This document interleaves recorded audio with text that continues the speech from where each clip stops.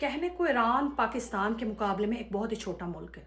اور جس طرح سے اسٹرانگ اٹامک پاور پاکستان کے پاس ہے، ایران کے پاس نہیں ہے۔ لیکن جب بات آتی ہے دلیری کی، شجاعت کی، بہادری کی، استقامت کی اور ریونج کی، تو ایران نے پوری دنیا کو پچھاڑ کے رکھ دیا ہے، پوری دنیا کو سرپرائز کر کے رکھ دیا ہے، اور تمام مسلم امہ کے لیے ایک رہتی دنیا کے لیے اپنی ایک ایسی مثال قائم کر دی ہے کہ ہمت آپ کی بلند ہو، حوصلے بلند ہو، آپ کے ارادے مضبوط ہوں، پختہ سوچ ہو، تو آپ اپنا انتقام اور اپنی جنگ بہت اچھے طریقے سے لڑ بھی سکتے ہیں اور جیت بھی سکتے ہیں۔ جس طرح سے اپنے میزائلز کا اور اپنے سپر سونک میزائلز کا اور جتنی بھی ان کے پاس کلیکشن آف ویپنز ہے یا جو بھی ہے اس کا استعمال کرتے ہوئے انہوں نے اسرائیل کو لوہے کے ناکوں چنے چبوائے ہیں، دل کو ٹھنڈک پڑ گئی ہے، تسکین آئی ہے اور سکون ملا ہے کہ یہ ہے وہ قوم، اصل حسینی فائٹرز یہ ہیں ایرانی، جنہوں نے ثابت کر دیا ہے کہ نمبر میں کم ہونے کے باوجود، تعداد میں بھی کم ہونے کے باوجود، حسینی حوصلہ ہو،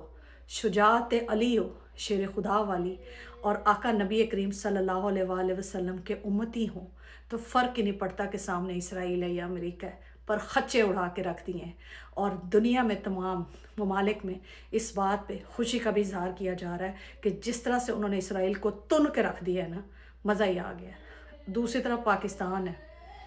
جو ایک اٹامک پاور کنٹری ہے، جس کی فوج دنیا کی بڑی طاقتور فوج مانی جاتی ہے۔ میں تو نہیں مانتی، کیونکہ یہ طاقتور فوج ہے ہی نہیں جو اپنے ہی لوگوں کے اوپر، اپنے ہی ملک کی قوم اور اپنے ہی لوگوں کے اوپر گولیاں چلاتی ہے، سنائپر چلاتی ہے، مشین گنیں چلاتی ہیں، بھائیوں کو اٹھواتی ہے، چار دیواریوں کے تقدس پامال کرواتی ہے، اور بہنوں بیٹیوں کی گندی ویڈیوز بنواتی ہے، اور چوروں ڈاکو لٹیروں کو ملک پہ مسلط کر کے ڈکٹیٹرشپ اور مارشل لا کو فروغ دیتی ہے۔ یہ طاقتور فوج نہیں ہے، یہ ایک نمبر کی دوغلی، منافق اور بد فطرت اور بدطینت فوج ہے۔ جی جی، کہاں یہ اعزازات، عزتیں، مرتبے اور مقام حاصل کرتی تھی، اور اب ان کی حیثیت کوڑیوں کے بھاؤ نہیں رہ گئی۔ لوگ نفرت کرتے ہیں ان سے، لعنتیں ان پہ برساتے ہیں، کیونکہ اس وقت جو ذہنی مریض ہے اس نے تمام فوج کی سیلف اسٹیم اور اس کی ڈگنیٹی کو، اس کی سیلف رسپیکٹ کو اور اس کے ایک سٹینڈرڈ کو گرا کے رکھ دیا ہے۔ جب لیڈر ہی ایسے ہوں گے نا تو پورا ادارہ ہی تباہ و برباد ہوگا۔ اسی طرح ملک کے اوپر جب چوروں ڈاکو لٹیرے مسلط ہوں گے تو ملک بھی تباہ و برباد ہوگا۔ چاہیے تو یہ تھا کہ ایران کے شانہ بشانہ پاکستان کھڑا ہوتا، پتہ چلتا دنیا کو کہ دو طاقتور ملک ایک ساتھ ہوئے ہیں، ہم ان کی آنکھوں میں آنکھیں ڈال کے دیکھ نہیں سکتے۔ لیکن ہمارے ملک میں عوام نے جتنا اظہار یکجہتی ایران کے ساتھ دکھایا ہے، حکومتی سطح پہ یا اعلیٰ سطح پہ یا آرمڈ فورسز کی اگر بات کی جائے، تو اس لیول پہ کسی نے بھی اس طرح کی یکجہتی کا اظہار نہیں کیا ایران کے ساتھ۔ وہاں سے پتہ چلتا ہے کہ یہ ایک نمبر کے یہودی اور اسرائیلی اور صہیونی ایجنٹ ہیں سارے کے سارے۔ کیونکہ جب اللہ کے دین کی سربلندی آ جائے اور دین کی سربلندی، عزت اور بقا کی بات آ جائے، تو پھر ساری مسلم امہ کو ایک مٹھی ہونا پڑتا ہے۔ پر پاکستان کا قصور نہیں ہے، سعودی بادشاہ MBS کا بھی یہی حال ہے، محمد بن سلمان کا، یہودیوں کے تلوے چاٹتا ہے۔ UAE کے وہی حالات ہیں، قطر کے وہ حالات ہیں،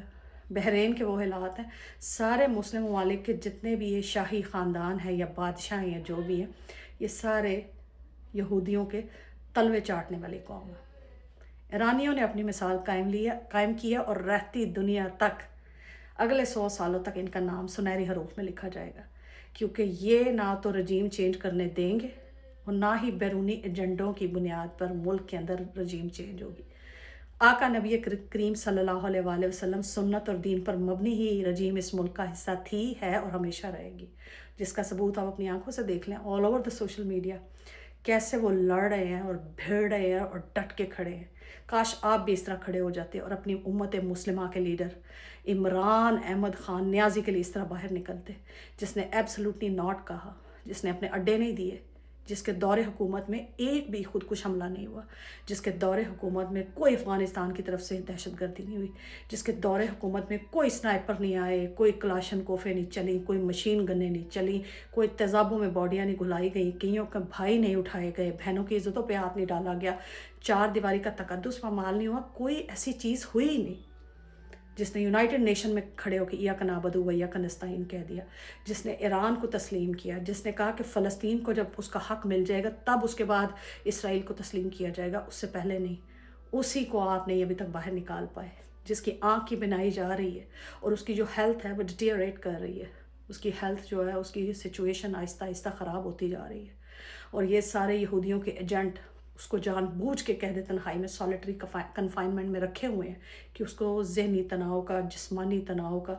بیماریوں کا شکار کرے، جس سے وہ آہستہ آہستہ، اللہ نہ کرے میرے منہ میں خاک، موت کے منہ میں چلا جائے۔ آپ جیسی قوم ہوگی نا تو یہی ہوگا۔ میں ایک لحاظ سے کہتی ہوں کہ آپ اسی قابل ہیں کہ یہ لوگ آپ کے اوپر مسلط اور فائز ہیں۔ اب ایران کے ساتھ یکجہتی کے لیے جو لوگ باہر نکلے ان پہ بھی دھڑا دھڑ گولیاں چلائیں، ساری دنیا میں لوگ نکل رہے ہیں۔ کسی ملک میں بھی گولیاں چلی ہیں عوام کے اوپر؟ بالکل نہیں۔ لیکن ہمارے ملک میں یہ بدماشوں کے ٹولے، یہ دہشت گردوں کے ٹولے، یہ دادا گیری کرنے والے، یہ پاٹے خان مسلط ہوئے ہیں نا اسرائیل کے ایجنڈے کی وجہ سے۔ اس لیے ان کو چھوٹ ہے، ان کے پیر بڑے چوڑ ہو گئے ہیں، ان کو کسی نے قلعہ نہیں ڈالا، ان کے گلوں میں کسی نے پٹے نہیں ڈالے، ورنہ یہ بھی ان حرکتوں سے باز آ جاتے۔ لہٰذا ان کو پٹے اللہ کی ذات ڈالے گی، اور قلعے کے ساتھ بھی اللہ تعالیٰ ان کو باندھے گی، اور ان کی منجیوں کے نیچے ڈانگ بھی اللہ تعالیٰ کی ذات ہی پھیرے گی انشاءاللہ تعالیٰ۔ اور پاکستان میں بھی عمران خان انشاءاللہ تعالیٰ خیر و عافیت سے رہا ہوں گے جیل سے، اور دوبارہ ایوانوں تک پہنچیں گے اور ان سب کو چوک میں الٹا لٹکائیں گے۔ آمین ثم آمین۔ آپ بھی کہیں آمین ثم آمین۔ بہت شکریہ۔